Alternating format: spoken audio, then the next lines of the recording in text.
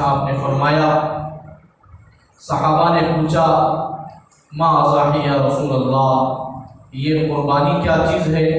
حضور اکرم صلی اللہ علیہ وسلم نے فرمایا سنت ابیکم ابراہیم، یہ تمہارے باپ ابراہیم کی سنت ہے۔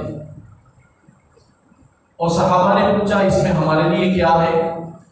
حضور اکرم صلی اللہ علیہ وسلم نے فرمایا اس جانور کے ہر بال میں ایک نیکی لکھی تھی۔ جانور میں کتنے بال ہوتے ہیں کوئی گن سکتا ہے کیا؟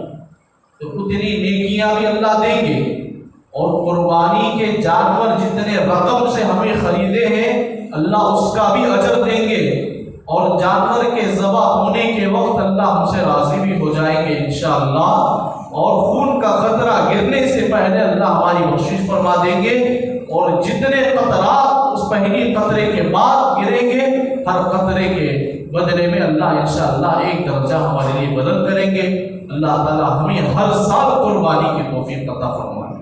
جیسے حضرت ابراہیم اور اسماعیل کو اللہ نے اجر عطا فرمائی، امت محمدیہ کے لیے بھی اللہ وہ اجر عطا فرمائے۔